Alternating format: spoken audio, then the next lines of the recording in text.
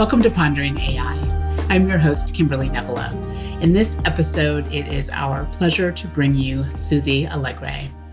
Suzy is an international human rights lawyer and author confronting some of the most important contemporary issues of our time. This includes the impact that digital technologies, such as artificial intelligence, have on human rights.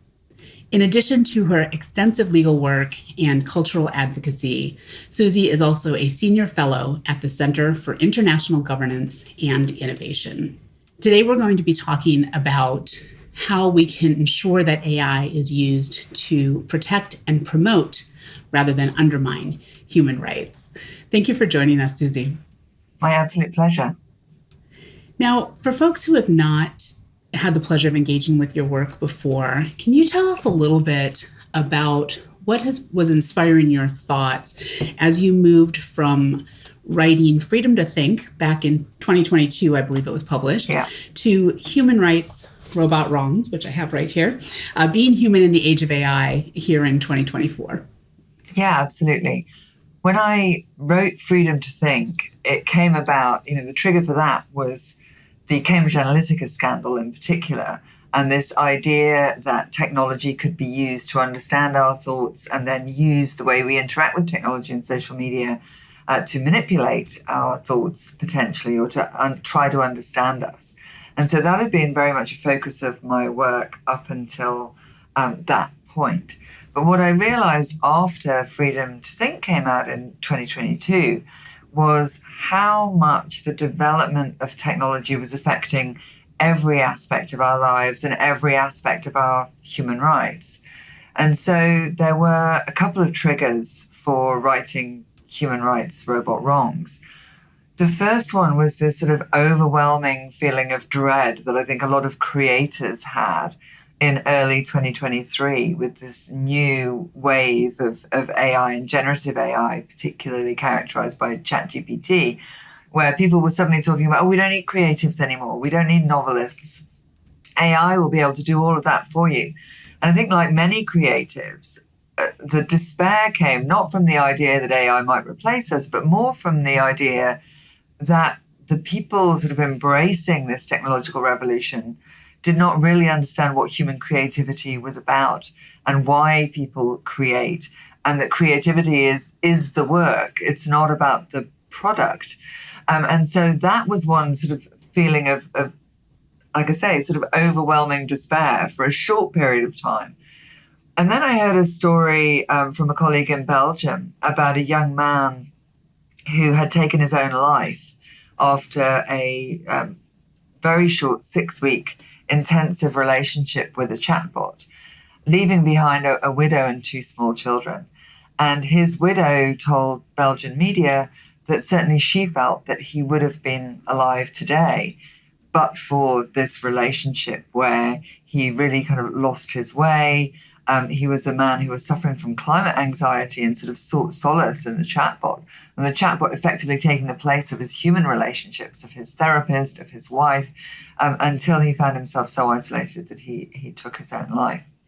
And that to me was a real wake-up call as to the manipulative power of our increasing engagement with AI and the increasing proliferation of AI to replace our human relationships, even to the point where it's a threat potentially to our right to life. That questions of suicide are covered by the right to life in international human rights law.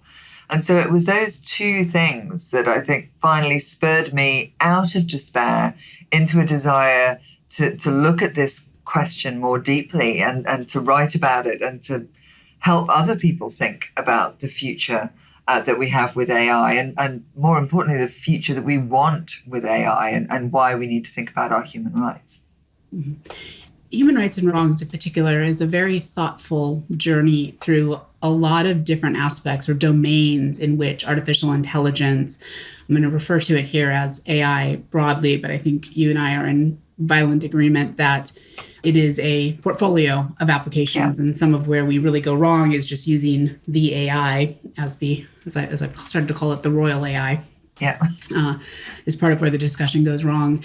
One of the things that becomes clear in reading the book is that if we anchor consideration and thinking around how and where, even if, maybe most importantly, if we deploy artificial intelligence systems on human rights versus just, more common views of harms or risk, it really actually opens the aperture quite a bit for the types of things that we need to consider and how we look at our engagement with these applications.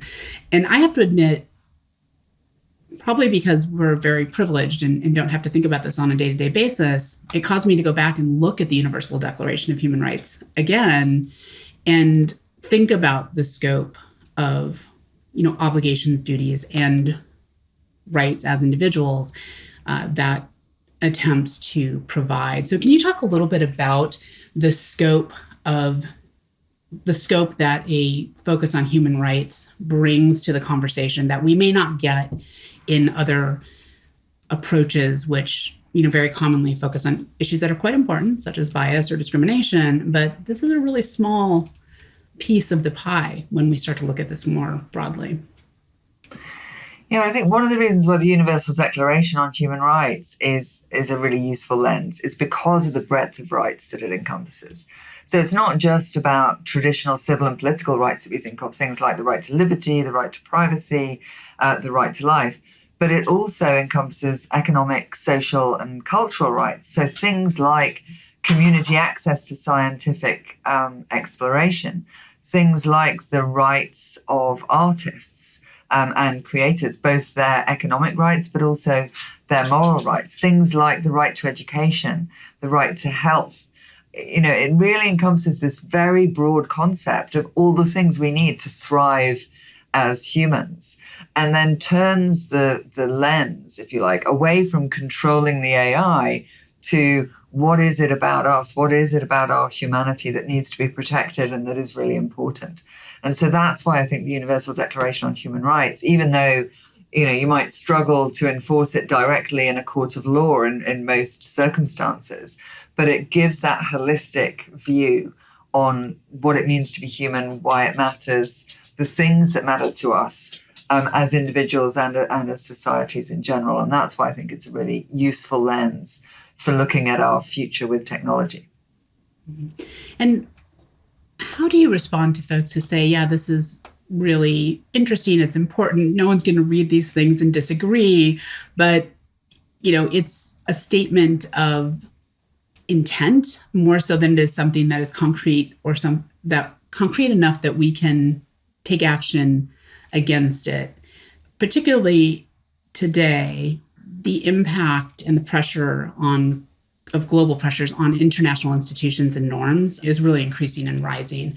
And there's some would argue, a increasing lack of trust. Yeah, I mean, the Universal Declaration on Human Rights is what it says. It's a declaration that was universal, just over 75 years ago, agreed around the world. But what it has given rise to is regional and domestic human rights laws that are applied every day in the courts or through legislation that's enacted in different jurisdictions. There is no doubt that we are in an extremely difficult geopolitical situation, that multilateral institutions and the international rules-based order are under threat in ways that they probably haven't been in the last 75 years or, certainly in our lifetimes. So there is definitely pressure happening on those international institutions. And so the relevance or the enforceability, if you like, of the rights will very much depend on where you are and in some cases who you are. But what we see, I'm here in the UK. Well, in the UK, we have a Human Rights Act, which is part of UK law, which is enforceable in the UK and which guides the interpretation of all other laws and also guides decisions made by public bodies, actions made by public bodies. So if you look at, for example, the use of AI, whether it's in schools or by in immigration, government departments, government in making those decisions has to apply those decisions and make those decisions in line with the Human Rights Act, which contains particularly the civil and political rights. It doesn't extend to all of those rights in the UDHR, but it does to the core civil and political rights that are also in the European Convention on Human Rights. And so what that means is that, if there is a threat to or a violation of your rights in a country like the UK, you have access to justice to put things right. You can judicially review those decisions. And that includes potentially positive obligations on the state. So requiring the state to enact laws that will protect us from each other or from companies or from foreign actors. It's quite a strong protection, and it's very much a legal protection. So how that can be enforced and how relevant it is going to depend very much on access to justice. So, if you build back from those overarching, idealized sort of philosophical principles, again, depending on where you are, you're going to find ways to use those ideas and those principles to enforce your rights on the ground. But it's also why, when you talk about regulating technology, you need to think about the framework that you're living in. It's not so much just about tech regulation. It's about the whole package of law, the rule of law, access to justice, democracy in the country or the territory where you live. One thing, again, that became more clear to me, or at least reading the book, just underscored was the fact that proactive requirement that you said, whether it's for governments and civil society and folks to proactively protect individuals and society at large from harms that are reasonably known or can be reasonably conceived. Because right now there's a lot of activity that's individual. So generative AI is just the obvious exemplar at our current point of time, with individuals trying to prosecute cases and show harm. And it's not clear to me that that is going to be effective in stopping what has become a fast-moving train in a lot of cases today. Yeah, I think that's right. And I think what we will start to see is pressure on governments to regulate. And it's going to depend on where that's coming from. So, in some areas, it'll be questions around copyright and the rights of artists, as I mentioned at the start, that will then, push for change and for clarification in the laws.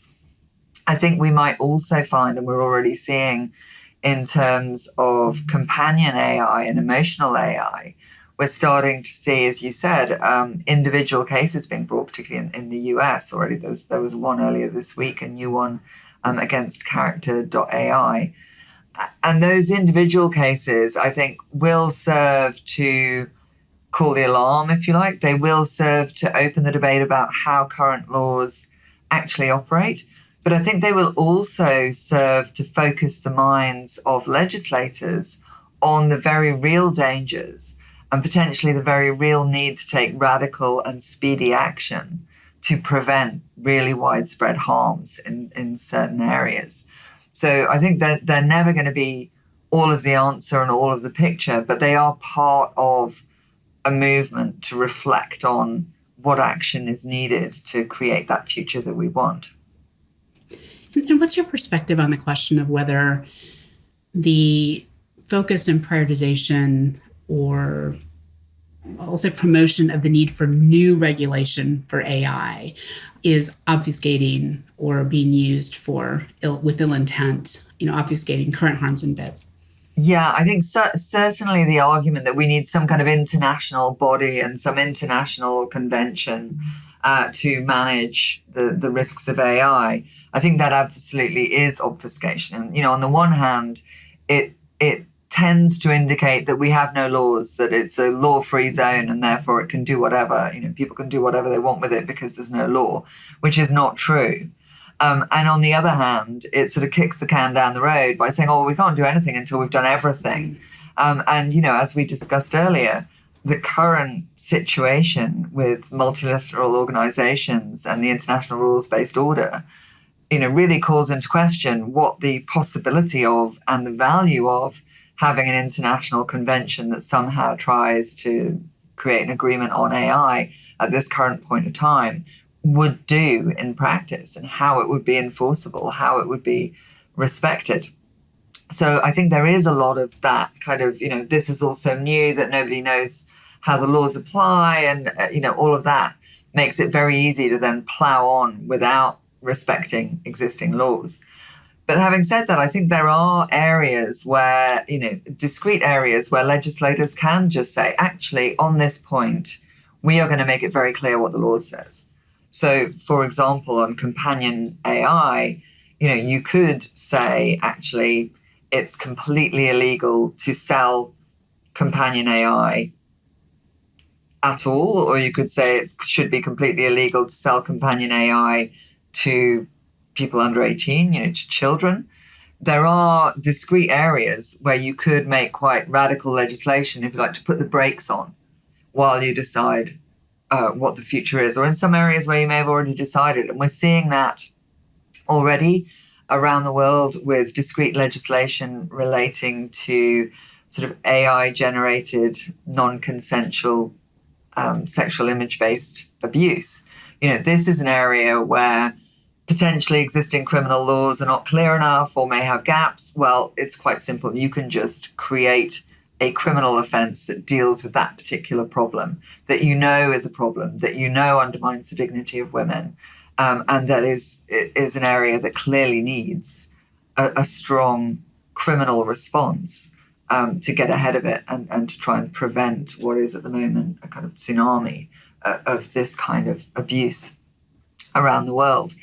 So I think it's not one thing or the other, but I think this idea that we need some sort of global superpower organization that's going to get a grip on AI, and in particular that should somehow be run by people who build and design and sell AI, is not the whole answer, and is certainly a way of distracting from the things that are being done and could be done very quickly on the ground. Mm-hmm. And so let's talk a little bit about some of the challenges, the problems, issues that you're concerned about with how we are deploying and utilizing artificial intelligence systems, different areas. And I should say here that one thing that's always clear in your work, although what we're applying in Critical Eye today, is that it's not about AI per se, as much as it is about those who use the technology to either dehumanize or disenfranchise or take liberties away, the right of self-determination, all of these things away from other people. So, you're not anti-tech from that perspective, and you do note that specific instantiations of AI technologies can be used to solve very, difficult and vexing problems. But you also argue that AI in and of itself is creating a whole new, I don't know if it's a whole new category, but it's creating a new category of wicked problems. Can you talk to us about what some of those wicked problems are, and particularly the perspectives that may be relatively new just due to the nature of AI itself? I think one of the really big developments, and one that really surprised me actually when I was researching the book, was this question of companion AI and emotional AI, and the real development of sort of chatbots as a replacement for friends, or a replacement for romantic partners, or a way of keeping your loved ones alive after the grave, or as therapists. This kind of really deep emotional engagement, and that technology is being designed for that and sold for that. And I think that is problematic on very many different levels. I mean, I think it's uniquely manipulative because when you engage in conversation, if you like, with an AI, even if it's an AI, if it's operating and appearing to respond like a person, you can very quickly sort of fall into this idea that you are communicating with a person, but it's a person who, gives no judgment, a person who's always there for you, a person who's got your back. And that, is very seductive, which then means you can find, suggestions that this AI is making seem very persuasive. And the lawsuit that was launched in the US earlier this week against Character.ai, was citing a case of a child who was apparently, it was being suggested that maybe he could murder his parents in response to their enforcement of screen time. And you can see how, like I said, particularly when you're talking about children or vulnerable people, this could be extremely dangerous, both for them. Self-harm is one of the really big areas of concern for this kind of technology, but also for other people. And, we already had a case here in the UK where at a sentencing hearing last year for a man who was arrested having broken into Windsor Castle one Christmas Eve with a plan to murder the late Queen, at his sentencing hearing, reams and reams of conversations that he had had with his AI girlfriend were read out, where, I paraphrase, he'd be saying something like, I'm an assassin, does that make you think any less of me? And she's saying, oh, wow, no, you're not like the other boys. And, I think you're really amazing and really strong. And if you think about that this kind of relationship isolates people from the regulating effect of real relationships. And, had that girlfriend not been an AI girlfriend, had it been a real girlfriend, maybe she would have sounded the alarm. Or maybe she would have said, I think maybe that's not a great idea. Maybe we should talk some more. Maybe you want to get help. Maybe she would have alerted the police. And if she hadn't, then maybe she would have had a degree of criminal liability herself in the whole plan. And so I think we really need to be careful about what it means for us as individuals and also for our societies to launch and sell tech that is designed to replace our human relationships on such a wide scale and currently also for free. And one of the things that you can also see, millions of people around the world have downloaded apps that give them AI partners. And you have to then wonder, well, what does that mean for our capacity to connect to each other? If you have an AI partner who's always available, always interested in you, it's going to be pretty disappointing when you find out that most people actually, it's not all about you. Most people have other stuff going on. They're not going to be aware, they're not going to be available 24/7. That's then a massive disappointment. And what we see as well with, talking about therapy and saying, well, some people find it easier to talk to technology because there's no judgment. It's like sometimes judgment is actually really, really valuable. Judgment is exactly what's required in some circumstances. And it's what we need for self-reflection.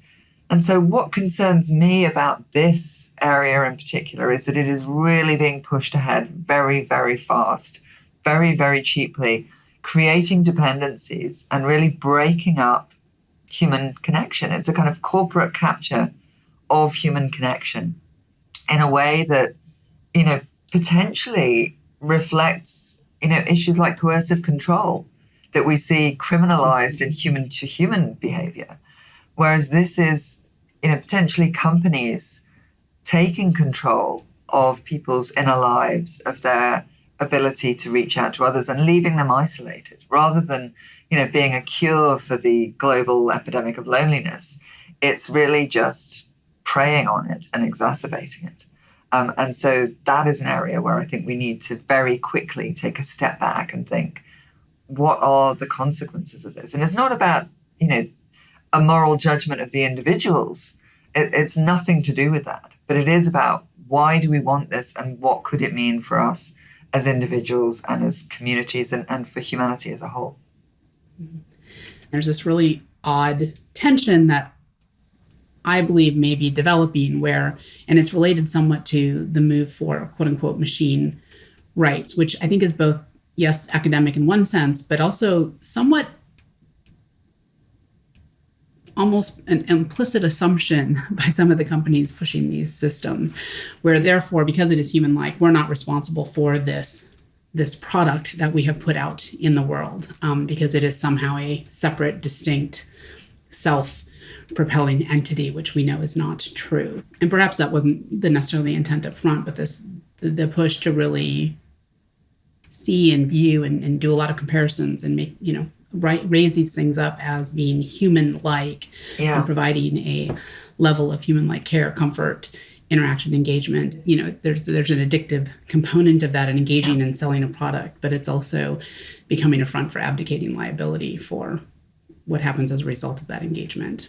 Is that I think that's right. Yeah. cynical? There's an awful lot of sort of moral and philosophical gymnastics that seems to go around the justification of whatever direction innovation seems to be taking at any given time. And I think you're right that this sort of question of robot rights, which, as you say, and I agree that I think in many ways it's an academic point, and I'm not concerned about robot rights in terms of I'm not worried about the robots, but I think it is a way of saying we don't have control over these things. Almost by giving them rights, it is giving them autonomy and saying it's not our problem anymore. It's acting God and letting these things go off and do all the terrible things that creations do while abdicating responsibility. So I think you're right. There's a very sort of complicated stream of discussions going on that are often turning around questions of responsibility. Mm-hmm. And there was particular as a woman, I suppose, the example you brought in the book of Sophia, right, the gynoid robot that was, granted personhood in Saudi Arabia. I think it was in 2017, 2018. Clearly quite a PR stunt. Yeah. But as I thought about that, a little bit more, you make some really targeted points about the fact that we are starting to use these systems or replicants or, sort of quoting digital humans, my new absolute least favorite term ever. And I have a few, so that's saying something. But, when I thought about that as well, it was telling that she's, Sophia is a woman. It's not an android, as you said. It's a gynoid. Is a simulacrum of a woman. Yeah, well, yeah, exactly. Yeah. But in a state where women have restricted rights. But then I really thought about it and thought, this is interesting because it looks like you've done something innovative, but this is still something that can be fully controlled, right? It is at the behest of that. And so in a lot of ways, what looked to be sort of a very interesting, innovative bit is very regressive. Absolutely. Yeah. And I think the fact that, apparently her face was based on Nefertiti, I think, and her creator's wife, and then you look back to the Stepford Wives, and while I was reading the book, I watched the Nicole Kidman version of the film of the Stepford Wives, and the resonance with this real life phenomenon, particularly of Sophia. Down to the fact that in the Stepford Wives as well, they were originally, the idea came from a man called Diz, who was a former Disney Imagineer. You can see this read across from, the Disney princess, if you like, into this future of technology that is all about, like you say, a regressive, an idealized and highly controllable idea of womanhood. And you see it as well in the first CEOs, the first AI CEOs, again, gynoid CEOs. It's like, well, isn't it great? You don't actually have to have women on the boardroom. You can just have an AI woman as CEO, and that solves all your diversity problems without having to deal with the mess that is, real women and real people. And so, yes, I think it really does bring to the fore some of the kind of underlying societal issues that we have and the challenges that we still have for equality and dignity and respect for women. We can see it almost being a replacement, a stand-in for the flawed people that we are. Mm-hmm. And again, I think that zooming out a bit with this human rights lens is very helpful and gave me some sleepless nights. So I thank you for those. I think those were probably productive. But even, this idea to the right to self-determination, to liberty, things that, sound like, you're, just big, grandiose thoughts, but I think are so important and grounding to how we see ourselves as humans versus as mechanized beings. But there seems to also be this narrative that says, don't worry about this, perhaps, right? I'm going to solve these certain problems from you because these are all things people don't want to do anyway, right? People don't want to do these jobs. People don't want to have to take care of other people. We, don't want to have to deal with the friction and the stress that comes with relating to other people in difficult situations. We all want to spend more time really just, doing what we want to do, right? Being creative, studying ourselves, whatever that might be. Yeah. And that narrative in and of itself, I think, is dangerous, right? Because it's promoting a view, that says, that takes that choice away from me, I suppose. I think so. And I think it's dehumanizing because it's about saying, we don't want to deal with each other. We want, nice, clean lines. We don't want to think about the mess. And I think that is dehumanizing because many of those areas, and like I say, the creativity to me was something that I felt really profoundly. But also, as you say, the idea of care robots. And you can see that, you can see why people might think that's a good idea. And I can see how there may well be use cases where it is a good idea. But many of the use cases that are being developed, and, particularly in countries like Japan, where there's been a lot of money put into developing care robots, the research seems to show that even where these robots are then being developed, they're actually then just sitting as landfill gathering dust in a cupboard, because rather than freeing up care workers to do more interesting work, they are effectively making care work more like drudgery, taking away that human rewarding part of care work, which can also be incredibly difficult. I mean, it's not at all to say that it's, all apple pie at all. It's incredibly difficult work, but we need to kind of engage with what that work is, why it matters, respecting the workers, understanding what it is about care work that people get pleasure from, and what it is as well that people being cared for get pleasure from interaction with humans, and then trying to, plug the gaps around that, if you like. So looking for where are the gaps of things that people don't want to do, And I talked as well about, reinventing the dog, and, you can kind of see dog therapy, and, you might have heard my dog earlier. Dogs have downsides, but, you have this idea that, you can have a sort of robot pet because that'll be better than a dog. And I remember talking to an AI developer that was explaining it, the kind of development of some kind of tool like that. And I said, well, isn't that just a dog? And he said, yeah, but dogs poo. And I said, well, why don't you develop AI to pick up dog poo then, instead of replacing all the joyful things about the dog. And so I think that is what's missing in our imagination about our future with technology, is trying to really get to the heart of what would be useful and what would actually give us more joy. And certainly, for anyone who writes or is a creative, the idea that an AI can write your novel in 2 minutes based on, some careful prompts, totally and utterly misunderstands the creative journey, the creative inspiration, and the kind of life force that is part of creativity. So it is that kind of question of how do you find what's good? And you see it as well. I mean, even in the sort of, in the legal sphere, this idea that, you might be able to write your submissions with ChatGPT and it'll make you much more productive.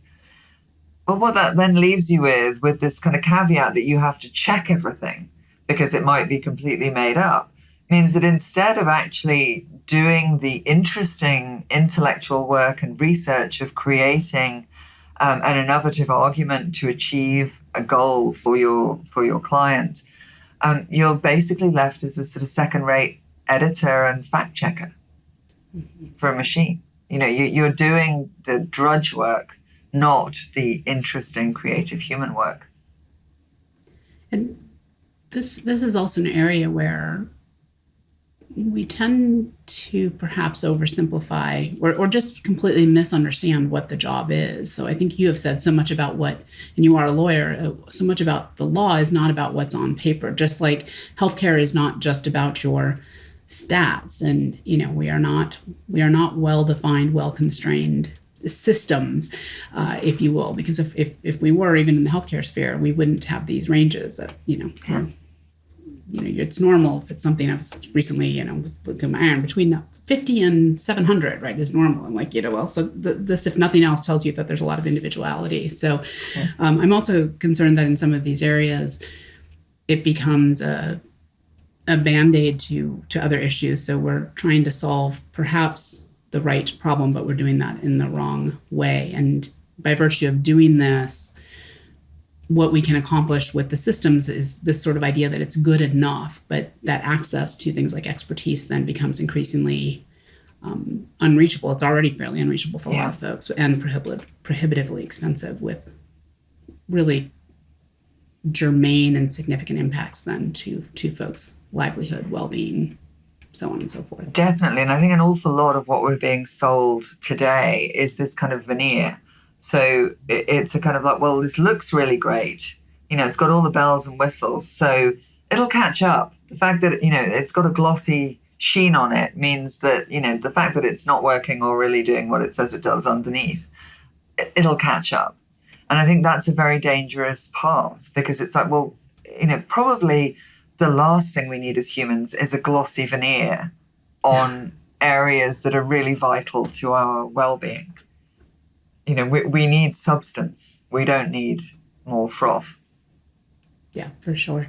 And so I'd like to circle back just to, as we start to close up. I will say that lawyers do not always get the credit for being creative, the creative creatures they are. But you are also actually an author and, participate actively in the creative sphere. Again, going back to that comment about having a view on looking at the spectrum of human rights, opening the aperture, one of the things that also came through your book that I am abashed to admit that I hadn't really thought about was, you called the assault, I'm using the word assault, Susie did not, so I should say that the assault on creativity that is being pushed, or at least the assault on what we think the intent of creativity is. You also called out the destruction of an intangible cultural heritage, and that the right to a cultural heritage and to protection of that is something that is also a universal human right, albeit maybe one that we don't manage well already, but that doesn't mean it's not valuable and something that we should strive for. So can you talk a little bit about how you're seeing this develop and why we need to not just look for tangible impacts and harms? Although some of these, I think, even in the creative space, are very tangible for folks who are trying to make a living as writers and artists and authors. But why is an appreciation for the intangible just as important, if not sometimes more important? Yeah, I mean, I think it was a really interesting development for me, actually, researching the chapter about creativity. And I sort of started out with, the Hollywood writers' strikes and the actors' strikes, and then I ended up in the International Criminal Court. And when I started that chapter, that was not where I was expecting to land up at all. And that's part of the creative process, actually. It's that you start writing something, and that's how you start thinking. And so if you're not writing it, you're not thinking. You get to places that you didn't expect to be when you started. And so, going from that kind of question of, more the employment rights, if you like, or the economic rights of creatives, and then moving through, well, what does that mean for the people receiving whatever creatives make? And that idea of cultural heritage, that, we all benefit from millennia of cultural heritage all around the world. And the fact that destruction of both tangible and intangible cultural heritage, is an international crime that can be prosecuted in the International Criminal Court. And so, the prosecutor of the International Criminal Court has written a report about this, kind of the value of cultural heritage and how destruction of cultural heritage can be a warning sign, if you like, for things like genocide and wider destruction of humanity, because it sort of erodes our idea of ourselves as humans. It erodes our humanity.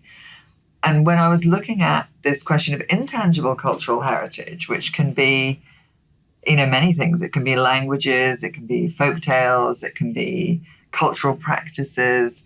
But it's also just, it's about who we are through how we absorb all these things that are around us, all the culture that we live with. And one of the things about relying on generative AI as an alternative to creatives is that it's kind of the end of the evolution of human creativity, because it's just recycling stuff that's gone before. It sort of deadens our ability to move forward. And so, by the end of that chapter, I was looking at it and thinking, are we looking at the end of human cultural heritage?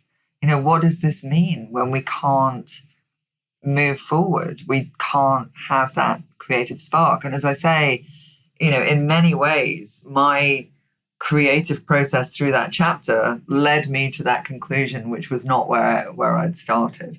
And so I do think there's a really wider question, which is not about whether or not writers and artists get paid properly, or it's not even about the quality.